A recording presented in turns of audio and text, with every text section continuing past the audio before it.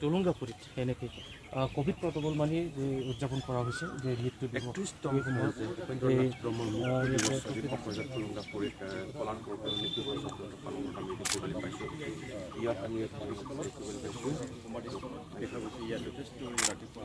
hello'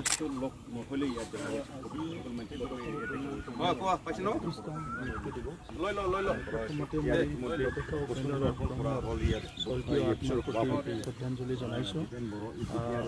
বড'ফাৰ আত্মা স্বৰ্গত যাতে সদায় শান্তিৰে থাকে ইয়াৰ কাৰণে আমি প্ৰাৰ্থনা কৰিছোঁ আৰু তেখেতৰ এটা শান্তি সম্প্ৰীতি অহিংসাৰ এটা উন্নত সমাজ গঢ়াৰ যি চিন্তা আছিলে সেইটো বাস্তৱত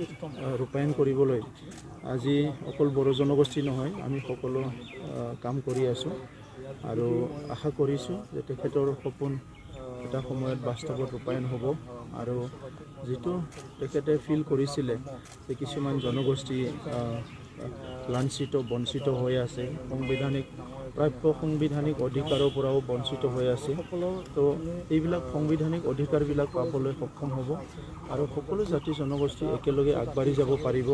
সমমৰ্যাদা সম অধিকাৰ পাবলৈ সক্ষম হ'ব এইটো আমি চবে আশা কৰিছোঁ মই আজি বিশেষকৈ তেখেতৰ আত্মাৰ প্ৰতি মোৰ শ্ৰদ্ধাঞ্জলি মোৰ সেৱা মই কৰাইছোঁ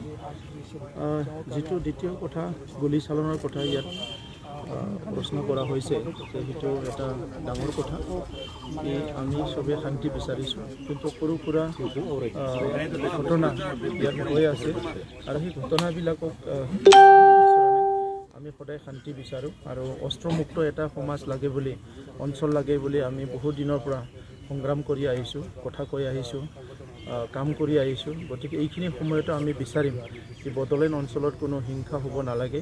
আৰু সেইকাৰণে আমাৰ প্ৰশাসন যন্ত্ৰ যিখিনি ইয়াত আছে সকলো এজেঞ্চি লগ লাগি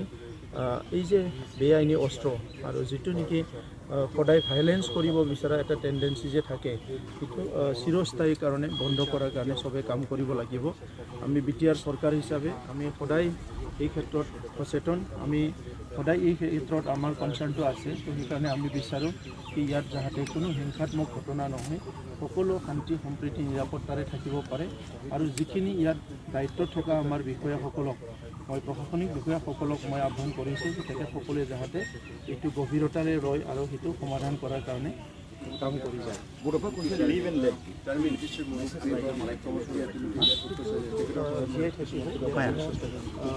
চিন্তা বেলেগ নাই কাৰণ বড'ফাই যিটো কথা কৈ গৈছে তেখেতে এনেকুৱা এটা কণ্ডিশ্যনত এই কথাটো কৈছিলে য'ত বিভিন্ন ক্ষুদ্ৰ ক্ষুদ্ৰ জাতি জনগোষ্ঠীৰ ভাষা সংস্কৃতি আৰু অস্তিত্ব ৰক্ষাৰ প্ৰতি এটা ভাবুকি আহিছিলে আমাৰ ভাৰতবৰ্ষ সেকুলাৰ এটা দেশ ধৰ্ম নিৰপেক্ষ এটা দেশ সেই দেশত সকলো জাতি জনগোষ্ঠীৰ ভাষা সংস্কৃতিৰ অস্তিত্ব লৈ জীয়াই থাকিব পাৰিব লাগে কিন্তু সেইবিলাক সেই সময়ত কিছুমান কাম নোহোৱাটো গম পাই বা বুজি পেলাই বড'ফাই কৈছিলে যে আমি চবে লিভ এণ্ড লেট লিভ জীয়াই থাক আৰু জীয়াই থাকিবলৈ দে আৰু আজি বড'ফাৰ যিটো মূল মন্ত্ৰ বা তেখেতৰ যিটো আদৰ্শ এইটো সদায় আমাৰ মাজত আছে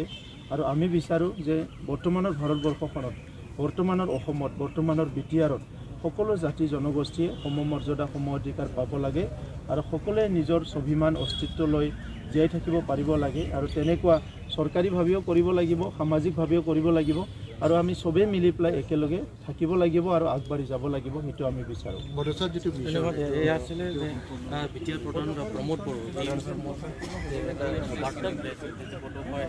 কৈ গৈছিলে সেই মানুহে জীয়াই থাকিব দিয়ক এই মূল